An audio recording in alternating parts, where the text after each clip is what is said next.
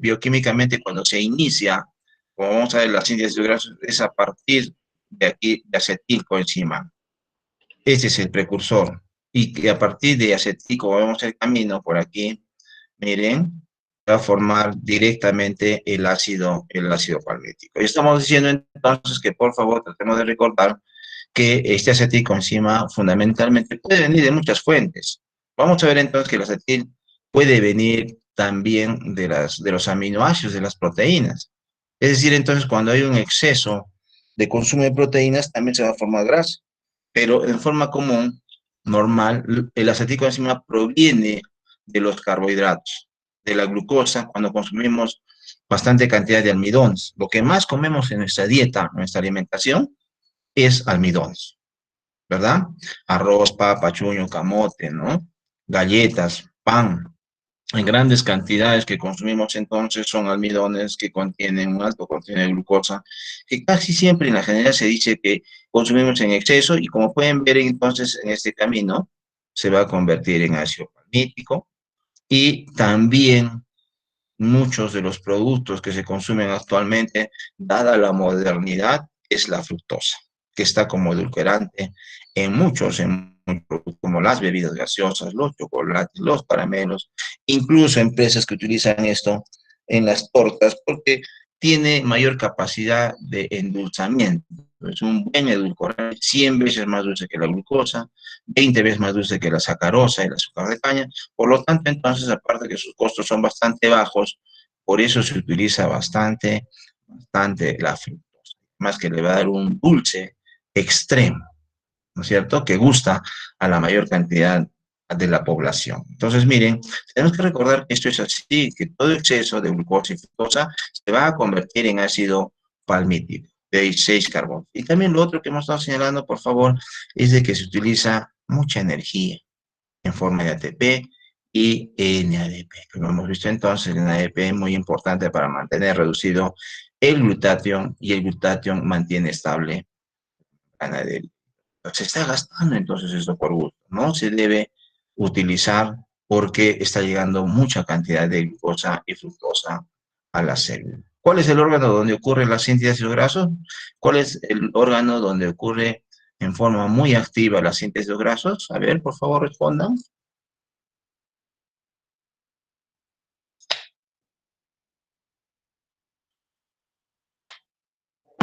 ¿En qué órgano ocurre la síntesis de ácidos grasos? En mayor cuantía. ¿Estamos ahí o no? Hígado. El hígado. En el hígado. Ya, no olvidar, por favor, ¿ya? En el hígado. Ahí va a ocurrir entonces en mayor cuantía. Muy poco, miren. Estamos hablando de síntesis de ácidos grasos. No van a confundir con los triglicéridos. Los triglicéridos ya son las moléculas más grandes donde se van a unir allí el glicerol, 3 ácidos grasos. Eso es diferente. Ahí sí va a ocurrir en mayor cuantía en el tejido adiposo, la síntesis de triglicéridos. Pero la síntesis de ácidos grasos ocurre, miren, en el hígado, la flecha ahí. Y también, más o menos, va a ocurrir una buena síntesis en la glándula mamaria, pero sobre todo en la época de la lactancia. También, miren, se considera la síntesis que hemos hecho en el cerebro, porque ahí ahora se ha demostrado que hay regeneración celular de neuronas.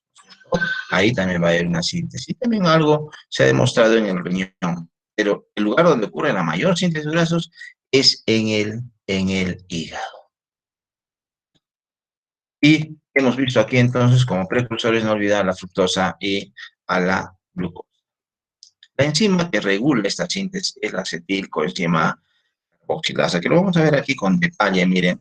Estamos mostrando aquí la enzima en color rojo, la enzima acetilcoenzima carboxilasa, y esta enzima va a ser regulada hormonalmente. Cuando se habla de niveles de regulación, no olvidar por favor que el primer nivel de regulación de las vías son las hormonas.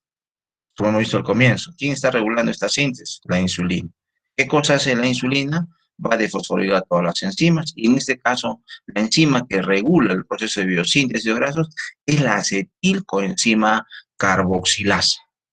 Y que esta, cuando está en estado desfosforilado, va a estar activa. O sea, la insulina va a activar esta enzima, la va a desfosforilar y va a empezar a trabajar ¿Por qué? Porque llegó pues de la dieta una gran cantidad de carbohidratos. Acetilcoenzima carboxilasa es la enzima regulatoria y que es activada por insulina.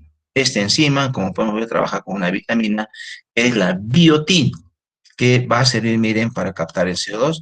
Aquí tenemos la primera reacción, donde se va a unir el CO2 a la biotina de la que está en el sitio activo de la enzima acetilcoenzima carboxilasa. Pero ¿cuál es lo otro importante? Miren, necesita energía. Se está necesitando ATP para esta primera reacción, para unir el CO2.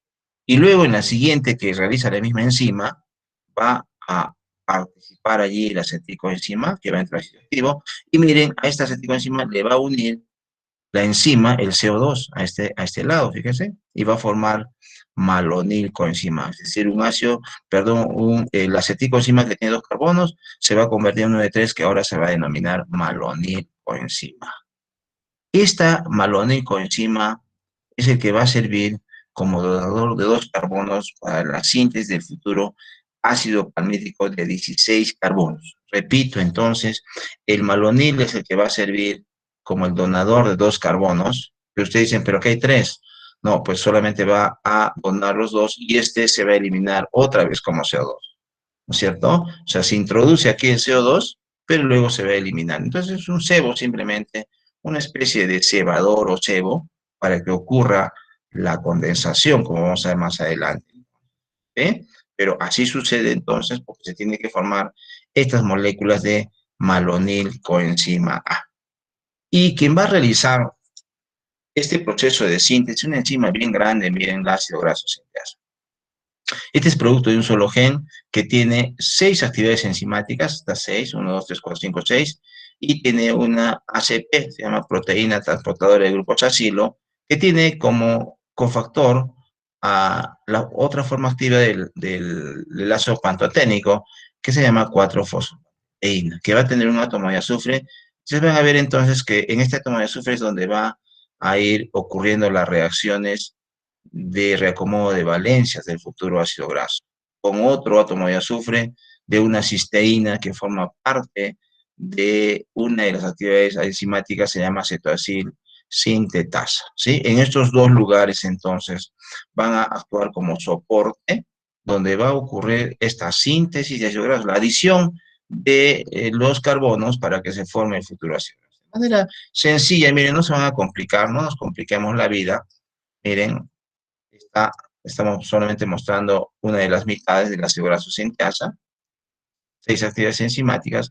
En una primera reacción, miren, se introduce el acetilcoenzima por acción de la transacilasa, coenzima transacilasa, y va a colocar el grupo acetilo, miren, en esta parte de la proteína cetoacil. Esta enzima lo único que hacen simplemente es colocar, miren, en este átomo. Está cargando en buena cuenta, para que lo cargue parte de lo que es el ácido graso sinteasa. En otra reacción, la malonil transacilasa va a colocar al malonil, miren, en el otro lado, en la ACP. ¿Sí? Miren lo que está haciendo esta enzima. Un acetil, un malonil. En la siguiente, la sintetasa, pues la síntesis o enzima condensante, junta los dos, miren. Junta un acetil con el malonil, debería ser uno de 5, ¿no? Pero se forma una molécula de 4 carbonos que se llama cetoacetil, miren, 1, 2, 3, 4, y el CO2 se elimina. El CO2 que fue introducido por la acetilcoenzima carboxilasa es la que se elimina. Es una especie de cebo, porque así va a ocurrir esta reacción. Y luego, miren, para que no nos compliquemos mucho la vida, todas estas reacciones son simplemente de reacomodo de valencias.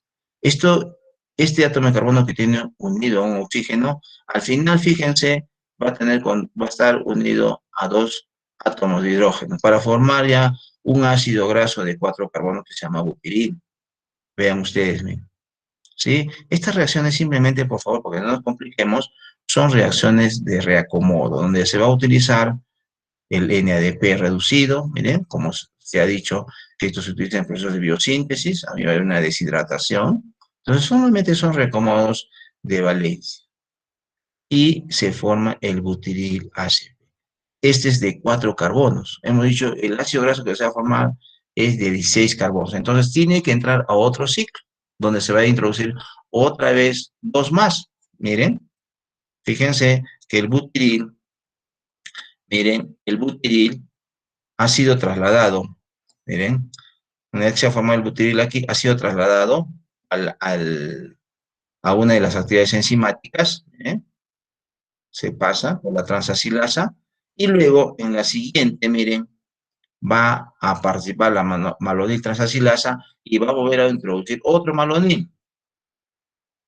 ¿Ya? Miren, malonil con butiril se van a volver a juntar con la sintetasa para formar ahora uno de 6 carbonos. 1, 2, 3, 6 carbonos. Y igual, miren, ustedes notan, está pasando por el mismo ciclo de reacciones utilizando NADP, NADP. Y en esta siguiente ya formó esta de 6 completa, porque lo que está sucediendo en este ciclo es sencillamente reacomodar este oxígeno que está unido a este átomo de carbono para convertirlo ya en un ácido graso. En este caso es de 6, que se llama hexanoína. En la siguiente, 2 más, ¿quién va a ser el donador? Va a seguir siendo el malonil, hasta que se pueda completar, como pueden ver, una de 16 carbonos. ¿Cuántas veces ha tenido que entrar este ciclo de reacciones para formarse este palmitoid, que está unido, se llama ACP, porque está unido todavía a la proteína, al ácido graso sinteasa? ¿Cuántas veces ha tenido que dar, cuántas veces ha tenido que ocurrir esto? ¿Cuántas vueltas tiene que dar entonces para que pueda formarse finalmente el ácido palmítico, que está unido al ácido graso sinteasa, que parte de una ioesterasa corta y libera el ácido palmítico? Ya se sintetizó el ácido palmítico. ¿Cuántas vueltas tiene que dar?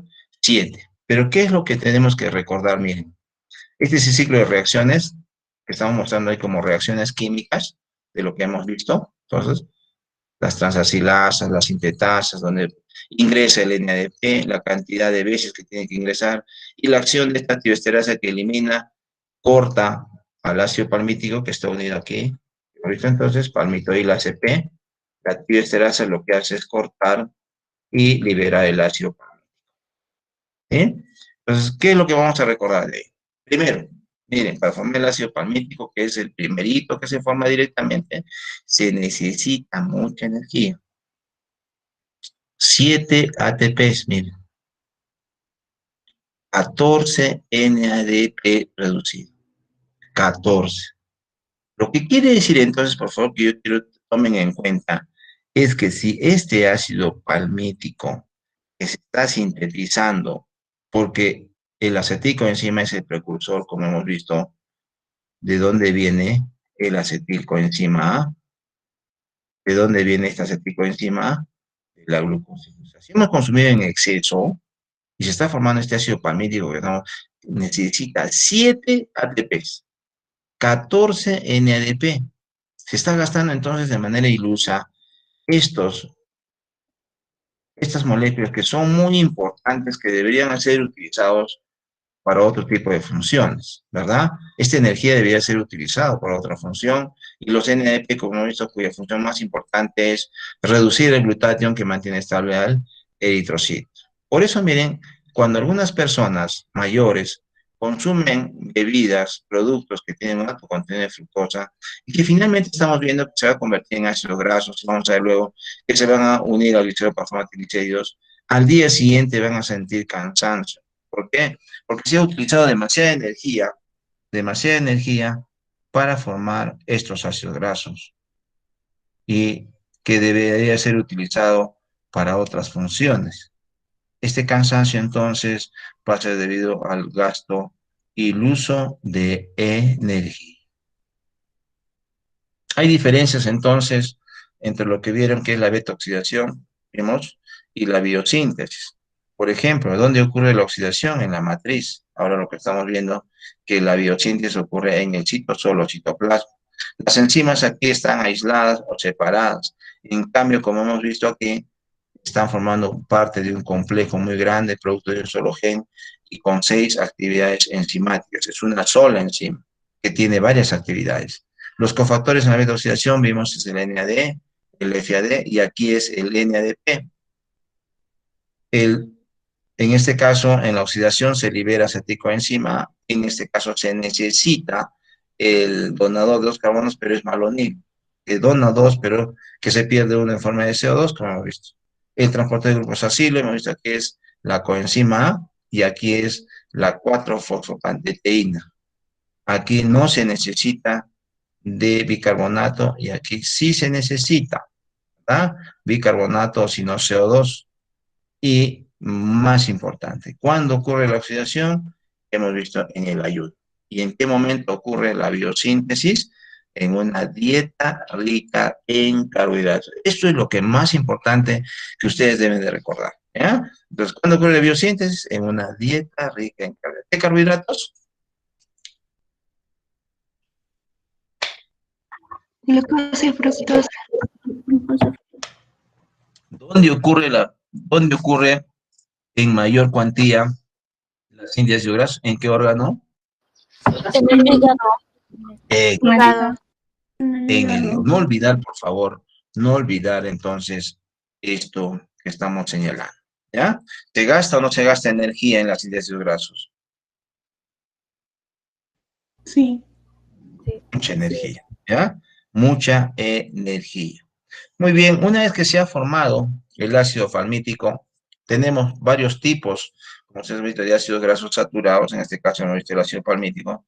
También está el ácido esteárico de 18 carbonos, el ácido araquídico de 20 carbonos. Por lo tanto, entonces, como sí puede sintetizar esto la célula y el hígado también, obviamente, este se puede alargar. O sea, el ácido palmítico de 16 carbonos puede alargarse, o también se denomina técnicamente elongar.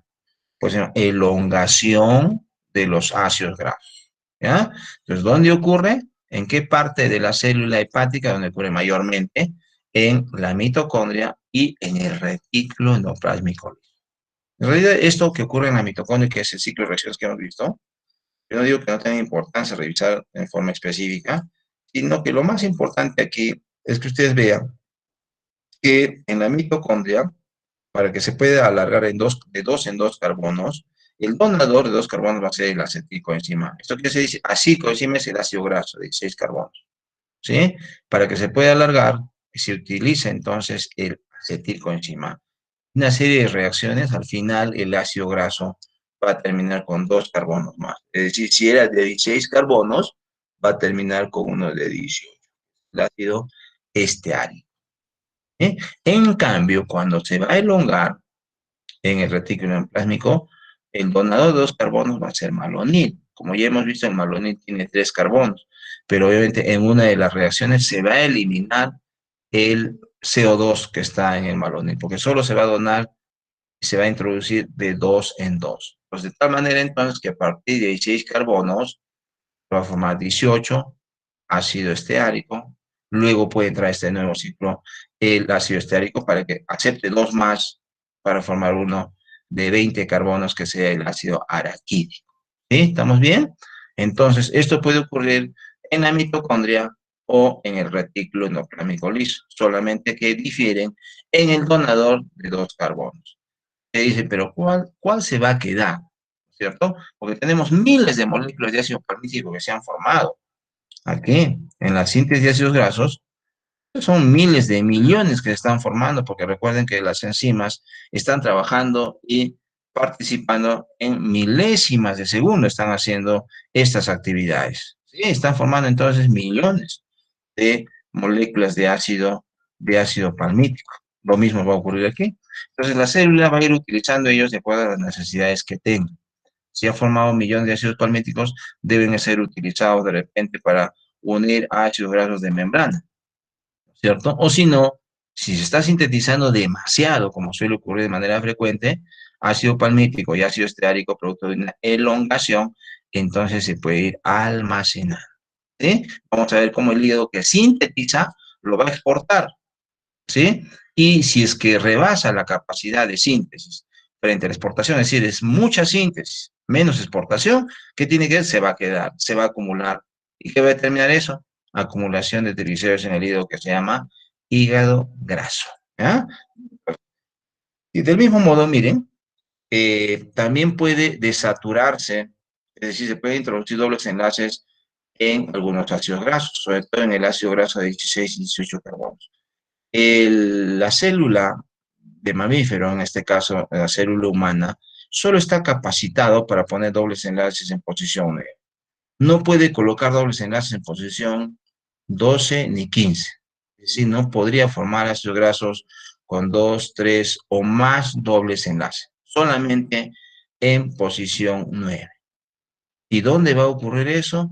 En el retículo endoplásmico del hígado y del tejido adiposo. Entonces, como pueden ver, aquí este es un ciclo de reacciones, pero para que no podamos confundirnos, este es simplemente, esta desaturación es un transporte de electrones.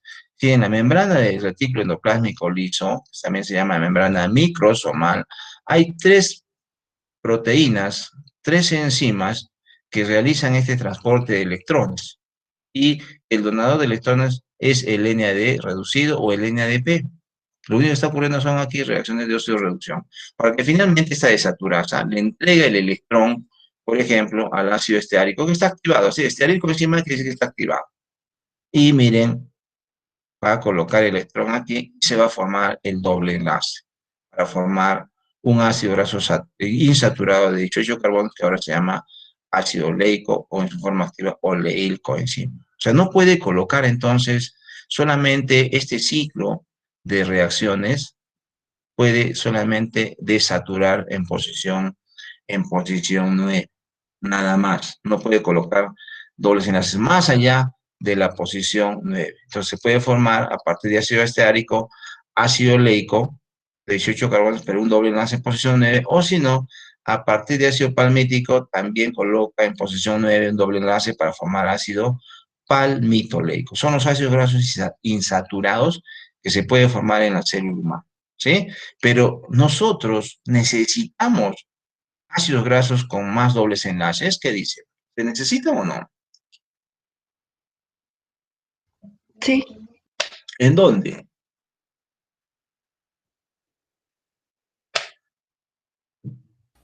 ¿En dónde hemos visto que se necesitan esos ácidos grasos que tengan de 2, 3, 4, 5 o 6 dobles enlaces?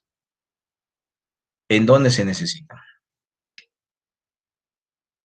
Entonces, miren, pero si no lo podemos sintetizar, entonces, ¿qué tenemos que hacer?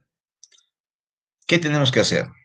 Esto entonces lo tenemos que consumir en la dieta, ¿verdad? ¿Quiénes son? El ácido linoleico y el ácido linolénico. ¿Qué cosas son ellos? ¿Cómo se denominan?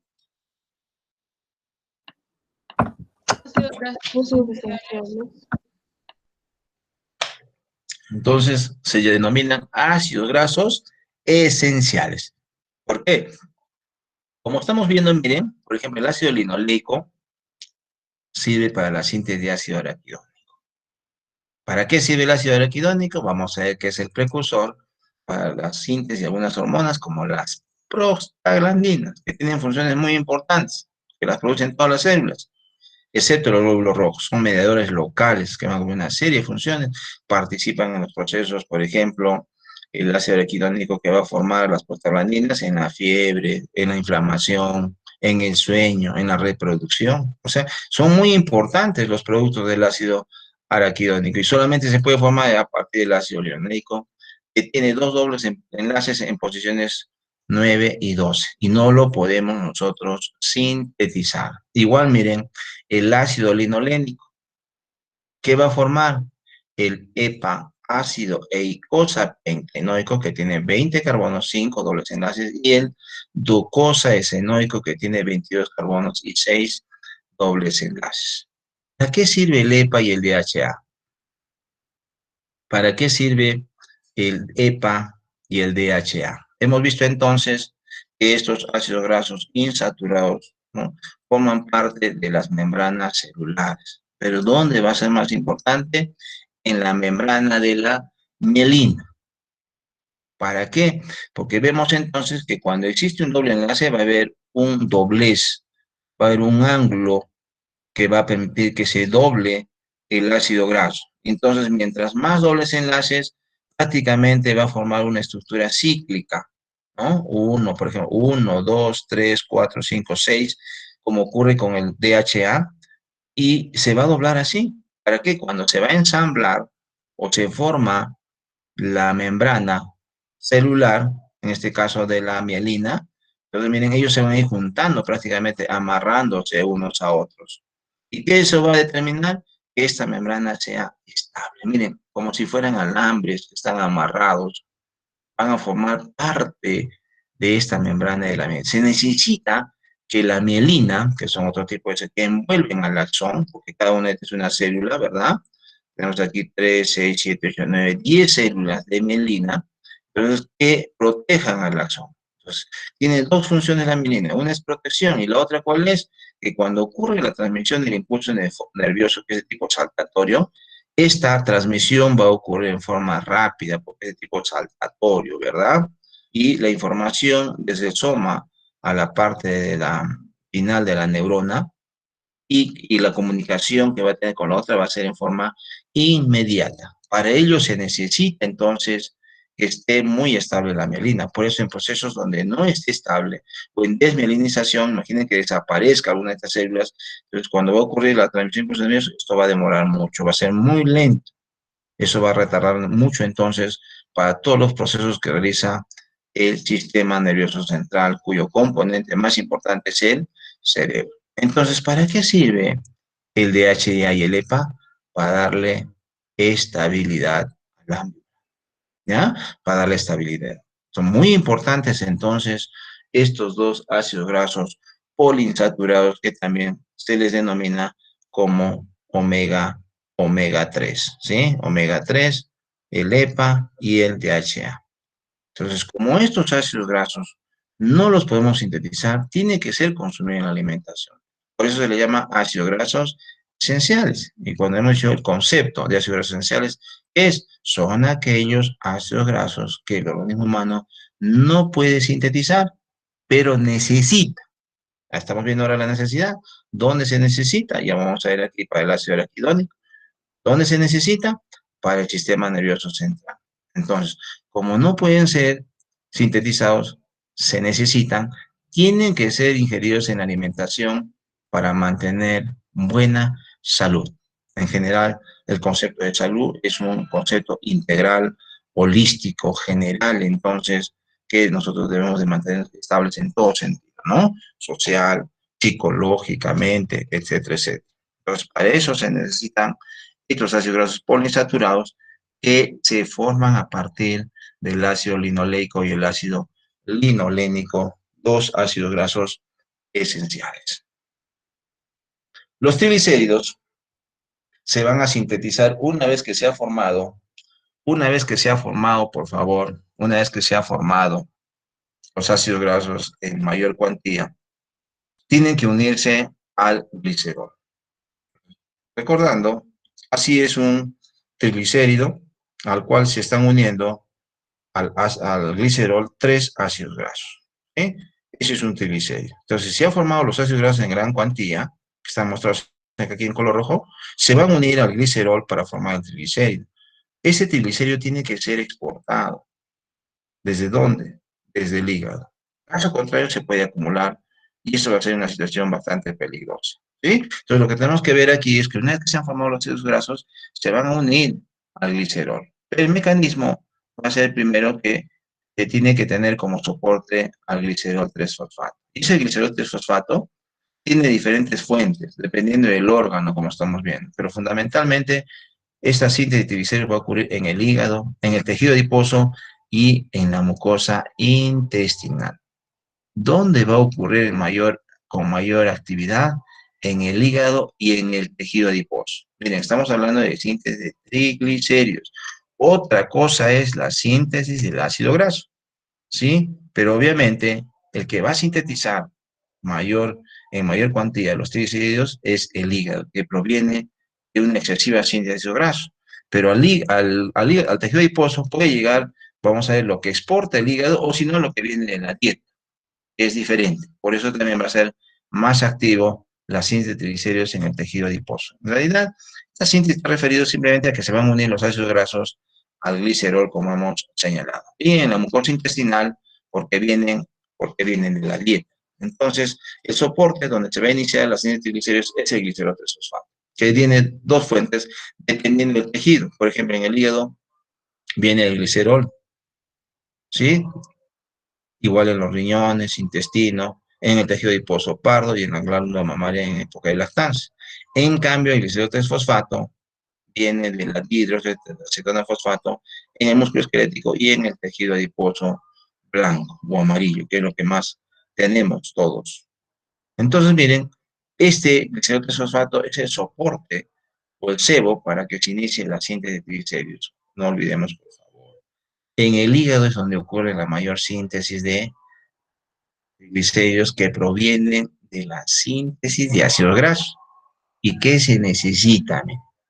Más ATP. Hemos visto que en la síntesis de grasas se gasta energía. Ahora, para que se convierta en triglicérido, se sigue necesitando más energía. O sea, se va a gastar por gusto la energía si es que nosotros consumimos grandes cantidades de carbohidratos. Y el siguiente son ciclos de reacciones, nada más. Miren, al glicerol 3-fosfato se van a unir dos ácidos grasos, posición 1,2, para formar el ácido fosfatídico. Así es, entonces, un glicerol unido a dos ácidos grasos y un grupo fosfato, es el ácido fosfatídico, que va a ser el intermediario también para la síntesis de fosfolípidos. En los fosfolípidos, acá le falta un grupo R nada más, y se va a llamar fosfolípido. O sea, de tal manera que esto está relacionado también a la síntesis de fosfolípidos de manera muy sencilla, porque no nos compliquemos. Bueno, estamos en la síntesis de triglicéridos. En el ácido fosfatídico, una fosfatasa va a eliminar el ácido fosfórico, se conforma el diglicérido y luego el último ácido graso se va a unir y para conformar el triglicérido. Entonces, como se están formando estos triglicéridos, estos tienen dos destinos. El principal destino es que todos ellos se junten y se exporten. Vamos a ver entonces que va a formarse en el hígado un tipo de lipoproteína que se llama lipoproteína de muy baja densidad, VLB. Esa es la forma como se va a exportar el triglicérido.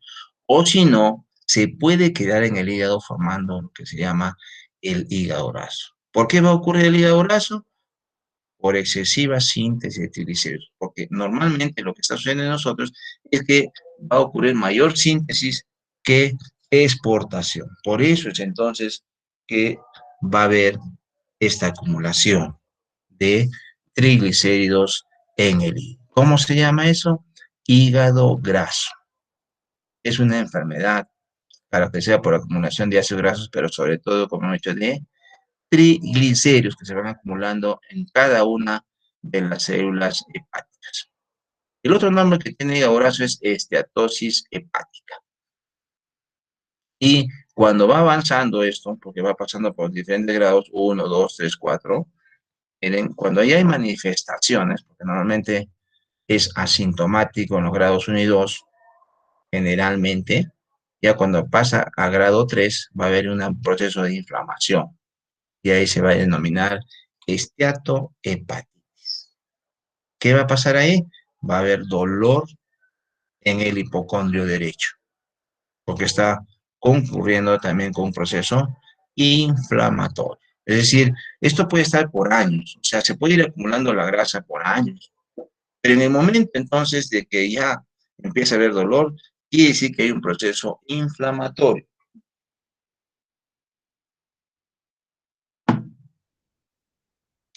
¿Pero por qué hay este hígado graso? Otra vez estamos mostrando, miren, la misma figura. Por excesiva síntesis de ácidos grasos, que hemos visto ya hace rato, ¿no? De que provienen de estos carbohidratos en exceso, y luego que se van a ir juntando para formar el triglicérido. Ya se sabe hoy día entonces que los hígados grasos de tipo no alcohólico, en este caso, son por un excesivo consumo de carbohidratos. El hígado graso de tipo alcohólico, que es totalmente diferente.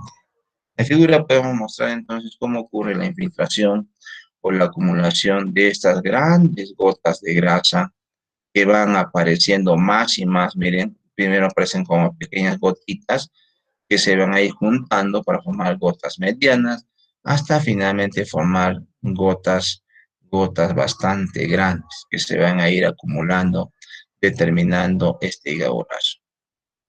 ¿Cuánto es la concentración normal de grasa en el hígado? ¿Qué porcentaje debe haber de manera normal? 10%. 5%. Vivian nos ha dicho 5%. Efectivamente ya 10% es ya que está mostrando que hay acumulación. No puede haber entonces más del 5% de grasa en el hígado. En este caso, ya la apariencia que tiene, esto pasa de 20 gramos, 25 gramos por ciento, ya da la apariencia entonces que estamos en grado 3. Por eso el hígado mío está muy crecido. No solamente eso, que cuando se hace un diagnóstico por imágenes, que es la forma rutinaria, ¿cómo se descubre?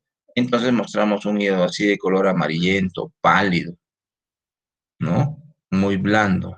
En cambio, el hígado normal es de color rojo vino, oscuro, una consistencia dura. ¿Cuáles son los factores de riesgo importantes? Primero, como hemos visto entonces, la sobrealimentación, el exceso de consumo de carbohidratos, que va a determinar en el tiempo sobrepeso, obesidad, diabetes, ¿cierto? Hipercolesterolemia, hipertrigliceridemia y el sexo femenino. ¿Por qué el sexo femenino? Porque las hormonas esteroideas, como el estradiol, estimulan la síntesis de ácidos grasos y la síntesis de triglicéridos y colesterol. Por eso es un factor de riesgo. Pero obviamente, si es factor de riesgo en el caso femenino, no quiere decir que de todas maneras vayan a ser hígado graso, sino que va a tener mucho que ver entonces, como hemos señalado, el control de la alimentación. ¿Cómo es el proceso desde un hígado normal para formar un hígado graso, que es esteatosis hepática, luego un proceso inflamatorio que finalmente, miren, puede terminar en un cuadro de cirrosis? Una cirrosis está caracterizada por un hígado que sea fibrosado, que ya va a dejar de cumplir funciones importantes. Muchas de las proteínas que están en sangre son sintetizadas por el hígado. Para que los que hemos simplemente visto, una proteína muy importante es la albúmina. No sé si recuerdan ustedes a la albúmina, que tiene varias funciones, ¿no? Una función muy importante de la albúmina es el transporte de moléculas insolubles que llegan a la sangre. Por ejemplo, los ácidos grasos. Muchos medicamentos, como la aspirina, son transportados por la albúmina. Otras proteínas que son sintetizadas en el hígado son los factores de coagulación. Lo que quiere decir entonces, en un proceso de esteatohepatitis o en un caso más grave, como cirrosis, el hígado ya no podrá sintetizar los factores de coagulación. Como su nombre dice, factores sirven para el proceso de coagulación. Lo que quiere decir entonces de que estos pacientes están en riesgo de desarrollar hemorragias que pueden hacer peligrar la vida. Y así, miren, podemos ir generando más proteínas que son sintetizadas en el hígado, que se van a mostrar entonces su deficiencia con diferentes manifestaciones que va a tener el paciente. ¿De dónde ha venido? De un simple, hay que decirlo así, almacenamiento de triglicéridos o almacenamiento de grasa, que ha ocurrido por una síntesis excesiva de carbohidratos. Mostramos aquí en la figura, porque justamente una de las principales manifestaciones que creo que ya vimos con ustedes es la obesidad, y parametrado como una obesidad abdominal, donde hay diferentes índices que se pueden medir para poder saber si se tiene esta obesidad, ¿no? El índice de cintura-cadera, la circunferencia del abdomen, o si no, simplemente con el índice de masa corporal, que también nos va a determinar entonces si hay o no sobrepeso. Aquí estamos mostrando entonces las funciones que tiene el hígado. Almacena glucógeno. ¿Para qué almacena el hígado glucógeno?